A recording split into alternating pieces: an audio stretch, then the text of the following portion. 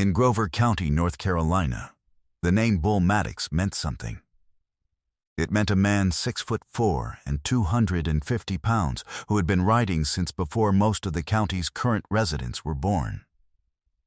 It meant a Hells Angels patch that had been earned through 15 years of the kind of membership that does not come with a certificate. It meant that when Bull Maddox's Harley appeared in the parking lot of a bar, certain conversations ended and certain men found somewhere else to sit.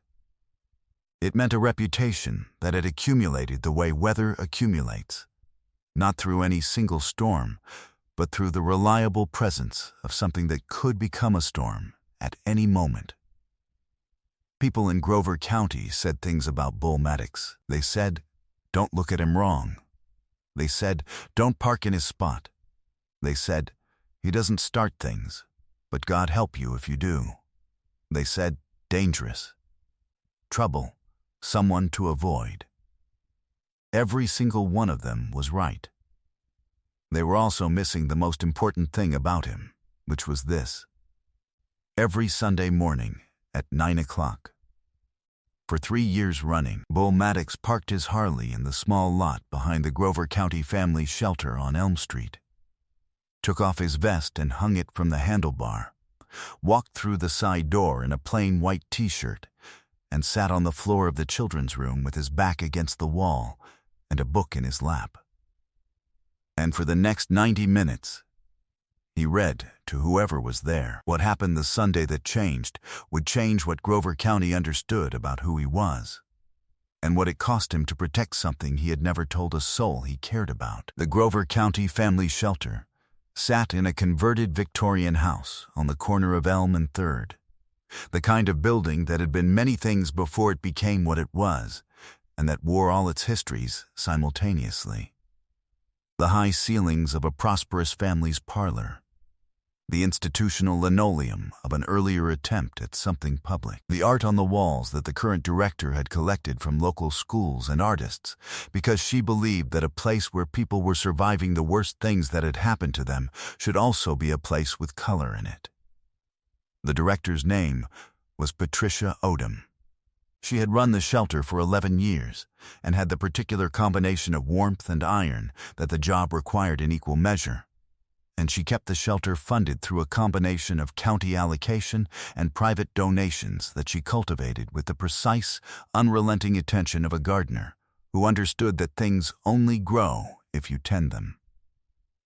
The shelter served, on average, 23 families a month. Women who had left and come back and left again. Children who had slept in the car and children who had not slept in a long time. Men who had hit bottom on their way to somewhere else. The shelter did not ask anyone how they had arrived. It asked what they needed. One of the things children needed, Patricia had understood early, was something to look forward to. The Sunday reading session had been her idea. She had posted a sign at the library and at the church community boards and in the faculty lounge at Grover County Elementary, and she had gotten 2 responses. A retired school teacher named Mrs. Alvarado, who came the first Sunday and every Sunday after, and a man she had not expected. Bull Maddox had come 3 years ago on the first Sunday of November. He had knocked on the side door, which nobody used, at 8:57 in the morning. When Patricia had opened it, she had taken half a step back without meaning to, which was the response he was used to. "I saw the sign," he said, "at the library." He held up a book, a worn paperback copy of Charlotte's Web, the spine creased and recreased until it was soft as fabric. "I read to my daughter for 9 years," he said. "She's grown now." He said it without elaboration, the way a person states a fact they are not yet ready to discuss. "I'd like to keep doing it."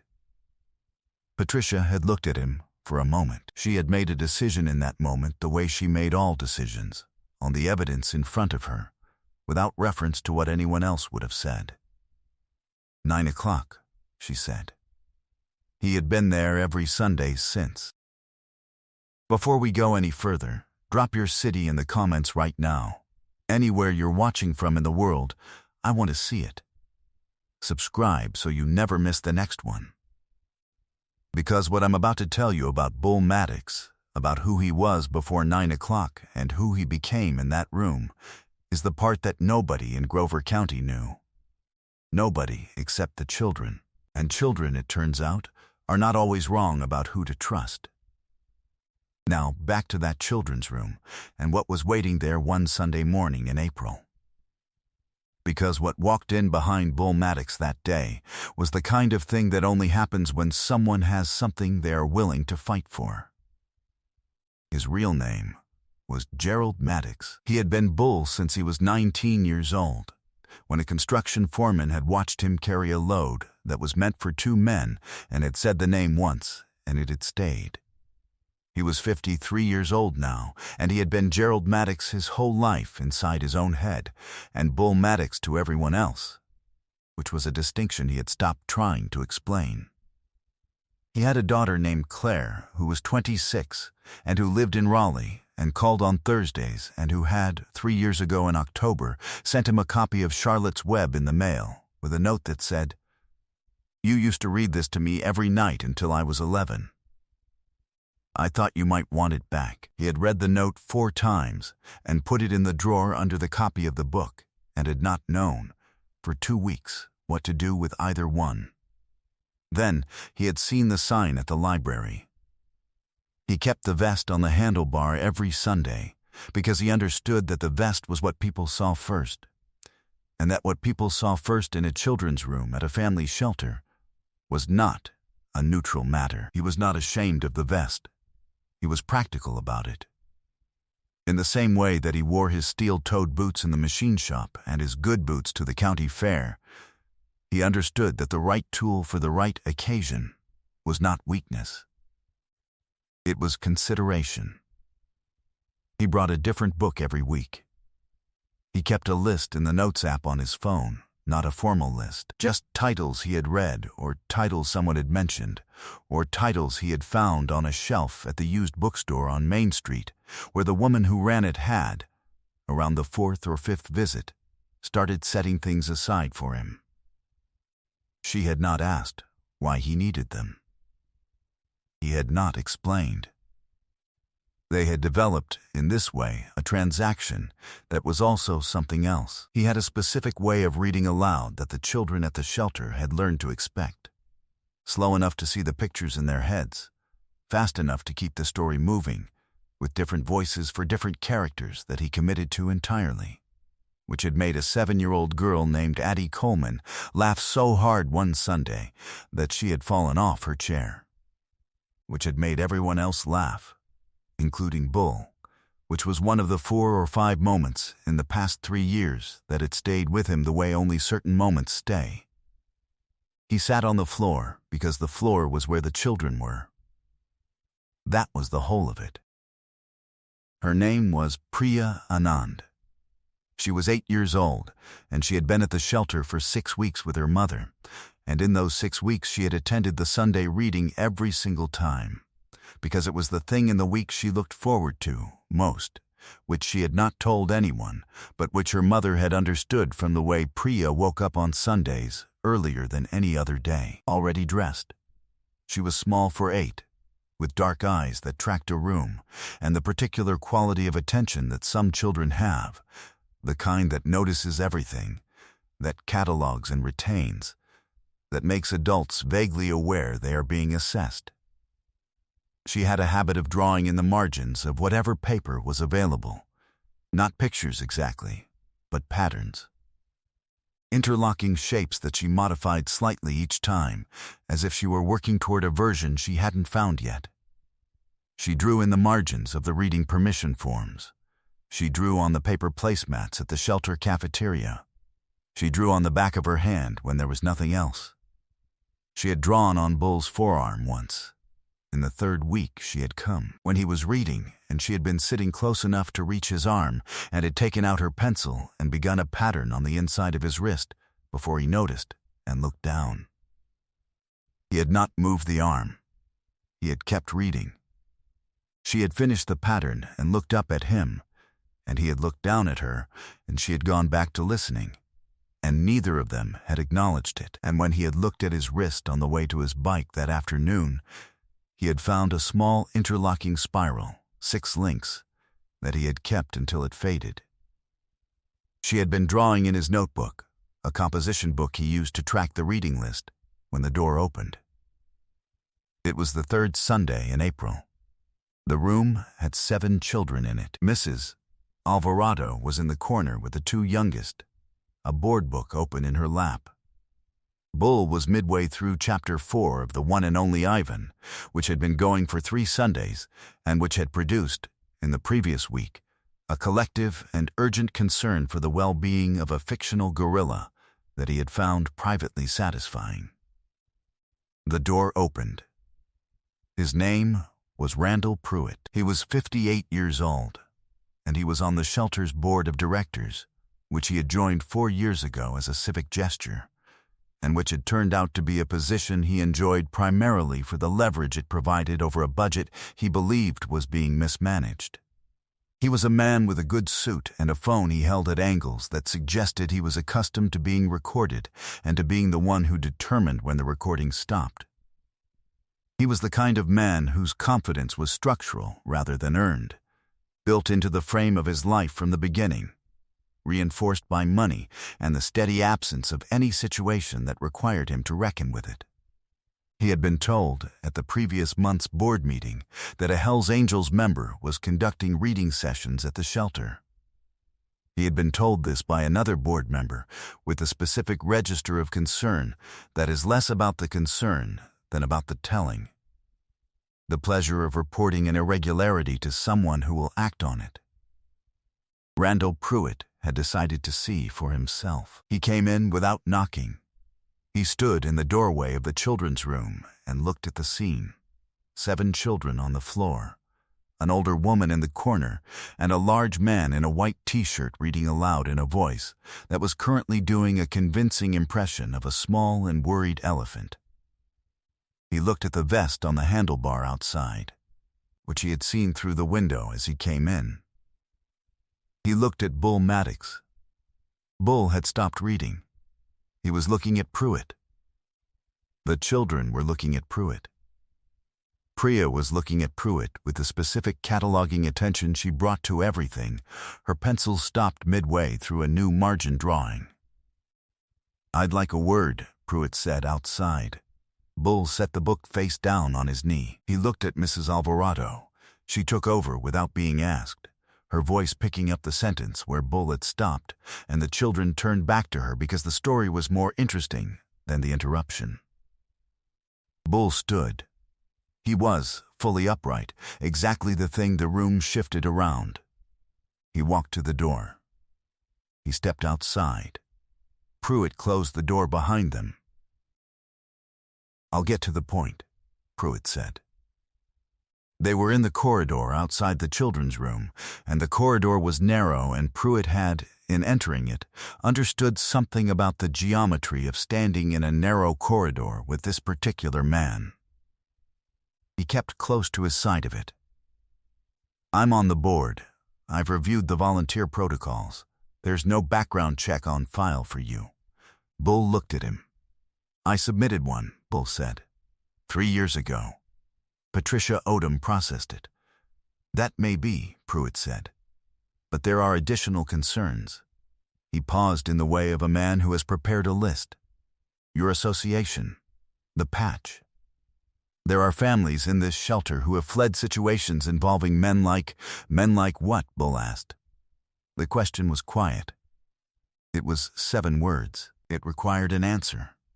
Pruitt held the register he had come in with. Men with that kind of background, that kind of affiliation. These are vulnerable people. Children, the board has an obligation. "What did you come here to say?" Bull asked. His voice had not changed. Not louder, not softer. The same, and the same was the thing that made the corridor smaller than it was. Pruitt adjusted his jacket. "I came to say," he said, "that I'll be recommending to the board that your volunteer status be reviewed. Pending that review, I'm asking you to suspend your sessions." Bull was quiet. He looked at the door to the children's room. Through it, faintly, he could hear Mrs. Alvarado reading the part about the gorilla's painting. He could hear the particular collective silence of 7 children listening to something they wanted to hear. He looked back at Pruitt. "We'll finish the chapter," he said. He went back inside. He finished the chapter. He finished it with the same voices, the same pacing, the same full commitment to the small, worried elephant. When he closed the book, he told the children they would find out next week what Yvonne decided to do, which was not resolved yet, which was by design. Priya tugged his sleeve as the room began to disperse. "Are you coming back?"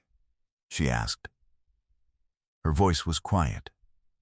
She was looking at him the way she looked at things she was trying to draw, wanting to understand the shape before she committed to it. Bull looked at her. He did not lie to children. "I'm going to try," he said. She looked at him for a moment longer. She took out her pencil.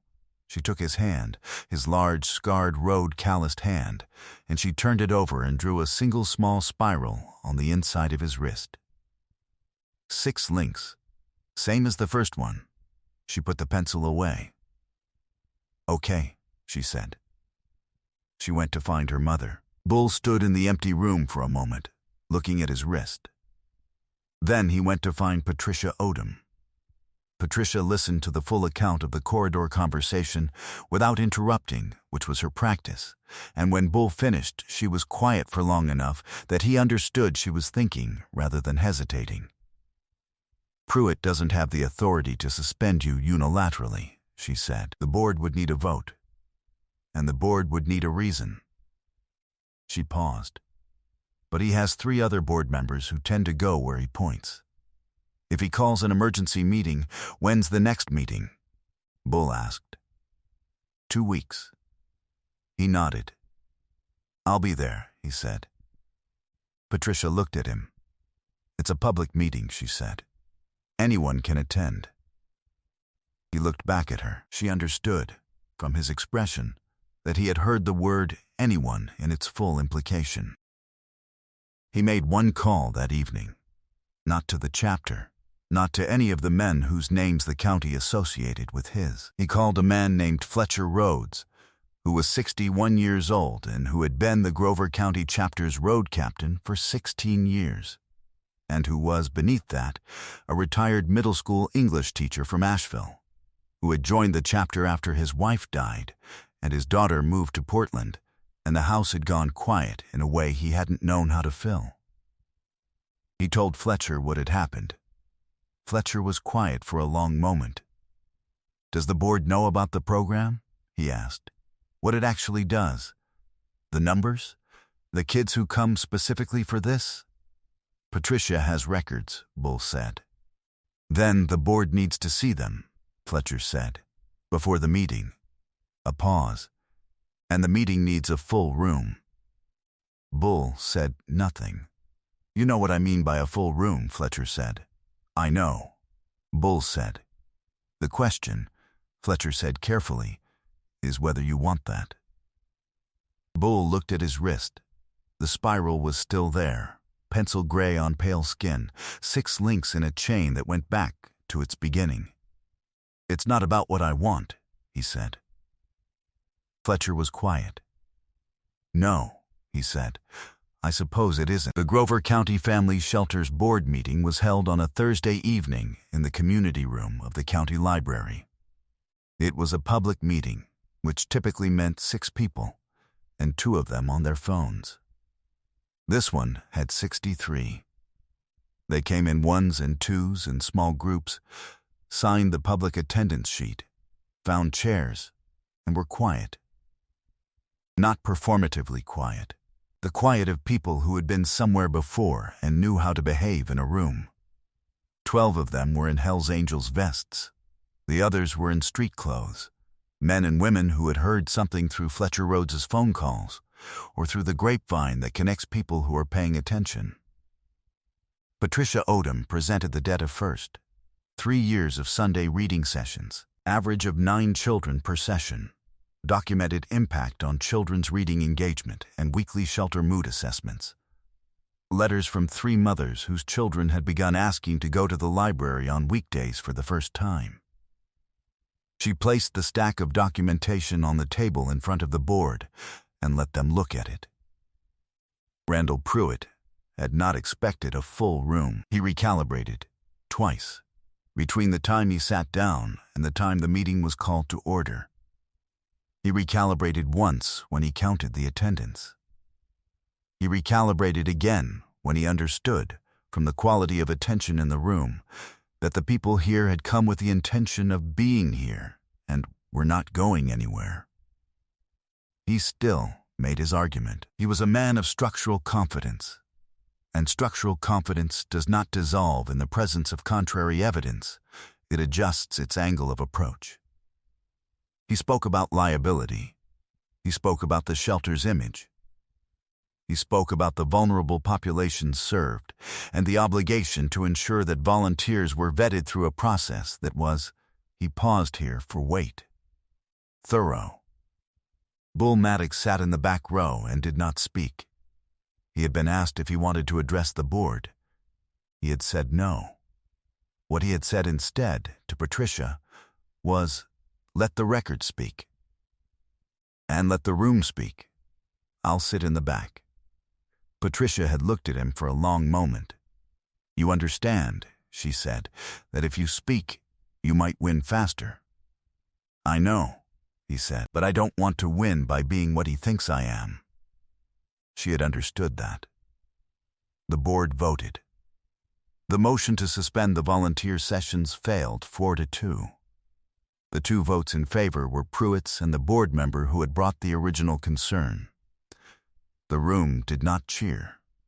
It was not that kind of room. It was the kind of room that understood something had been decided, and that the deciding was its own form of statement, and that certain things did not require celebration to be true. Pruitt gathered his papers. He left without making it dramatic, because the room had left him nothing to be dramatic toward. The door closed behind him. Fletcher Rhodes, from the second row, looked back at Bull in the last row. Bull nodded once. Fletcher nodded back. The following Sunday, Bull Maddox parked his Harley in the lot behind the shelter at 8:57. He took off his vest. He hung it on the handlebar. He walked in through the side door. Priya was already in the children's room, in her usual spot, the composition book open in front of her. She had been drawing in the margins. She looked up when he came in. She looked at his wrist. The pencil spiral had faded. She picked up her pencil. He sat down on the floor. He opened the one and only Ivan to chapter 5. "Where were we?" he said. "Ivan was deciding," Priya said. "Right," he said. Ivan was deciding. He began to read. The room filled, the way it filled every Sunday, children drifting in from the hall, finding their spots on the floor, settling into the particular quiet of people who are about to be told a story they want to hear. Mrs. Alvarado took her corner. The light through the windows was the soft April light of a morning that had decided to be good. Bull Maddox sat on the floor with his back against the wall and a book in his lap, the same as every Sunday, for 3 years, his voice doing the work it had been doing for the children who came and went from this shelter and who needed, among other things, something to look forward to. He was, in Grover County, North Carolina, the most feared biker in the county. He was also, in a children's room on a Sunday morning, the man who knew what happened to Ivan next. Nobody outside that room had known both things were true. Now they did. It had not changed him. It had changed the room. If this story reached you, if you believe that the most important things a person does are often the things they never talk about, share it with someone who needs to hear it today. Subscribe so you never miss the next one. Drop a comment. What's something good you do that most people don't know about? Type Ivan in the comments if this one stayed with you.